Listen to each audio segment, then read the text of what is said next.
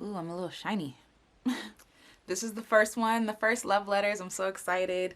If you don't know, my name is aleciarenece, and I am a singer-songwriter. I'm just an artist whose mission is to inspire and encourage people through art, through music, through photographs, through writing, whatever. And so today, I'm excited because I'm actually going to start a project that I've been working on, and it's called Loved Letters. And so essentially, the whole purpose of it is just for people to send in their stories or their questions or ideas or worries or bothers or, advice, anything that they want to send in.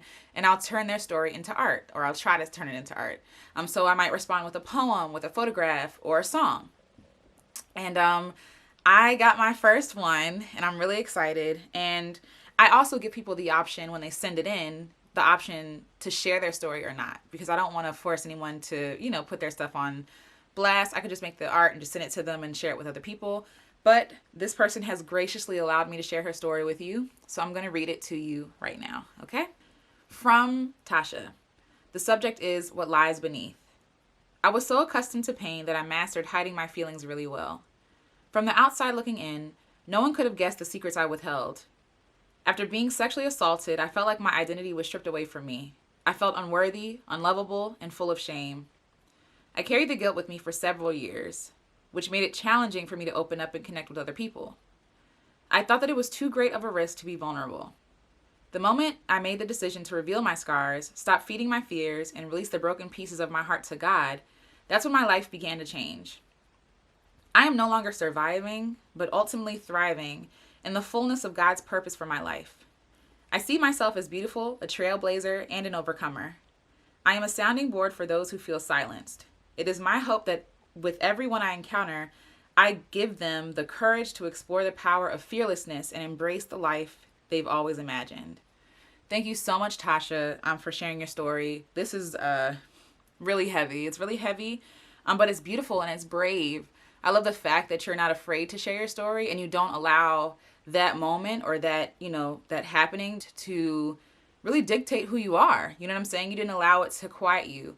And even going through the pain, of having to silence yourself, because that is painful, right? That is painful too. Even though you're protecting yourself, you still feel like, you can't be all of yourself. So you're like suffocating yourself, and you're suffocating under the weight of all that pain and stuff that you referenced in your story. So thank you so much for sharing that. If you all resonate with that, I'm hoping that sharing her story will give you some courage and some hope out there, no matter what stage you are in the grieving process or the healing process, that you can make it, that someone else has gone through something just like you, and that, something beautiful can come from it. Now, I know Tasha personally, and I love her. She is an inspiration. She definitely has this light about her that she sheds on everybody around her. She uses her story, again, not to define who she is, but to really, so redefining your worth and yourself, not based on circumstances or things that have happened to you, but, by God's standards, by God's words, like his worth. So I actually want to make a song from this. I was actually really inspired. Just things that stood out to me from the story, right? The fact that she, first healed herself and then used that healing to shine light on other people. Like that, even she said that, but in so many different words, right? So that really stuck out to me. I also thought about people who sexually assault people, how a lot of the time it's a power thing. It's like overpowering someone else or taking the power from someone else. And a lot of people, because they take that power from them, the victims have been living in shame and in fear because they feel powerless. It's horrible because this is what people determine what strength is, when in reality, it's not.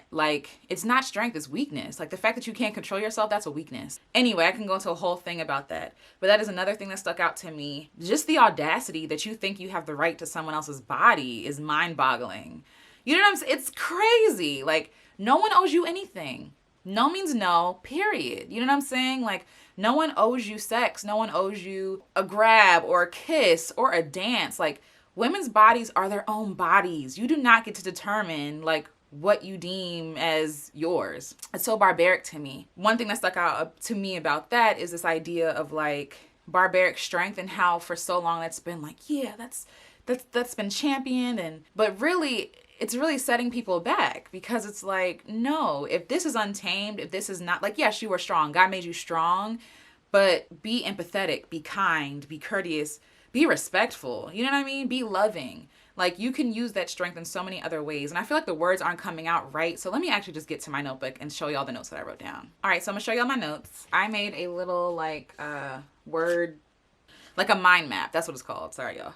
I used a mind map to really write down the feelings I felt from this letter. And the middle like section, I wrote identity theft, right? When someone takes advantage of you, when someone disrespects you and disregards your like autonomy over your own body, it's almost like they take something from you. They take like your identity from you. You know, at some point you felt loved, even if you're in a romantic relationship with someone and they take advantage of you. You go from being this person who is loved and cared for and, you know, valued, to someone clearly who this person does not respect, does not love, you know, and if you're in a relationship like that, they do not love you, get out. With no idea, people can't really tell you where you live or where you come from. No idea, I'm sorry. People can't tell you where you come from. If someone takes your identity, if you're a victim of identity theft, you have to go through this whole process of proving who you are to people, to creditors, to all these other people. If they opened up, you know, accounts in your name, you have to prove to them that you are this person. For people who go through stuff like this, not only are you proving to other people, one, that this happened, because sadly, a lot of people don't believe people that when they say that this happens, right? So that's disgusting.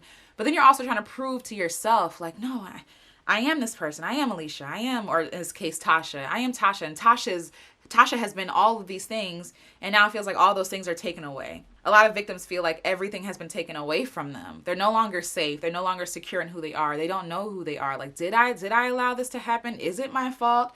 Victim blaming from friends and family and all this other stuff. And you're trying to prove to yourself that one, it was wrong, and then two, that you have worth, right? So when someone steals your identity in a more, I guess, you have to go through a process where you're proving stuff. You're taking out your birth certificate and your ID and all this other stuff to make sure that all those accounts that were opened up in your name are closed, and that you can prove, and if they haven't frozen your accounts, that you can use your money and things like that. So going through that whole process, and it's laborious and taxing and it's exhausting, you know, and you feel crazy because you're like, I'm me. Like, it's me. I'm the real me. Like, this person has posed as me and is doing all this horrible stuff, but I'm me. I'm right here. You assume the identity of somebody. So if you don't know who you are, you assume the identity of other people. Tasha talks about how she was guarded off, how she was closed off, how she didn't want to be vulnerable, and that makes sense because you don't want to be hurt again. You know what I'm saying? You go from being this person who's like awesome and happy and da da da da, and you turn to this person that's like closed off because I don't know who to trust. I don't know who you are. What are people saying about me behind my back? Like, there's this whole, like, rape culture is a thing, and it's horrible. Like, the rape is bad enough, right? But then you have to deal with the after effects of it, like people disowning you, family talking down about you, saying you fast anyway. It's just crazy. And so many people have experienced this, and I can only put myself in these people's shoes, or attempt to, from this letter and from her experience. So even though I wrote down all that other stuff about no identity, what I love is the fact that Tasha at some point says, you know what, God, I'm going back to you to figure out, one, who I am. I'm going back to give you my pain and my sorrow and my suffering because I realize I can't do this on my own. But she also allows God to define her, to show her who she is, right? Like, oh, no. Pretend this is the Bible. I don't know. Or pretend this is God's word. Like, this is who I said you are. This is who I made you to be, you know? And she took on that identity, right? So she went from, like, having her identity stolen from her to, like, having it redeemed and, like, given back to her. And so this is a story of redemption. You know what I mean? And not even just redemption for herself, but for other people. She takes her story of her being taken advantage of and her being, you know, violated in the most disgusting of ways, and she allows that pain and that trauma to, I guess, fuel fire to shed light on other people. And so, again, that's something that really stuck out to me. So the song that I came up with, I really don't even have a name. Let's just be real. There's no name for it yet. But the idea of the song is like, yeah, you might be strong, but you ain't smart if you think that I'm just going to live here in fear and chaos and confusion and sorrow and suffering, and that I'm going to snuff out my own light because you can see the value in me. That is your mistake, not mine. And also giving herself enough time to feel and heal. Like, it's okay to mourn. It's okay. Something was done to you. Something was taken from you. Very precious. Mourning is not like, oh, it's a 3-month period and it's over. No, you might be mourning this thing for years to come, you know? But I love that instead of retreating into herself or retreating into a dark, safe place, she's allowing that pain and that sorrow and that suffering to help and fuel other people. So now that I have the lyrics, I have the words, I have the melody, I'm going to start making the song. There's some, I wrote like 3 different ones, but there was one that really stuck. And I guess I could just read you the lyrics. God may have made you strong, but God didn't make you smart. If you think that I would just live here in the dark, all that you have's a lie, and all that you are is a fraud, and all that you think I am, I don't recall. 'Cause I'm walking in sunlight, and I'm taking me some, shining on everyone. 'Cause I'm dancing in sunlight. I'm walking in freedom. You're the only one in your prison.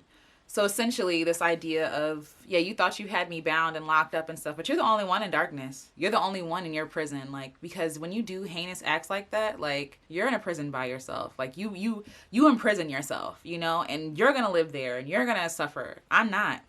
Packing my things and I'm leaving. Yeah, and also Tasha's a dancer. And so I just wanted to add some elements of her into it and talk about like she's dancing in sunlight, because I feel like when she dances, when she shares her testimony, when she creates, when she writes books and all these other awesome things that she does, that she and her team does, she sheds light on other people. You know, we're in wintertime and you can forget what the sun feels like. And so when that sun hits you, it's just like, oh, yes, you need that vitamin D. You need that sunshine therapy. So let's get started, recording the song. God may have made you strong, but God didn't make you smart.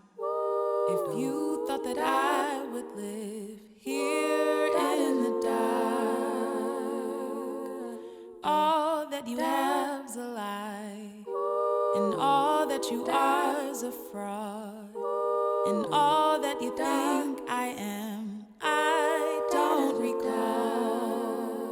'Cause I'm walking in sunlight,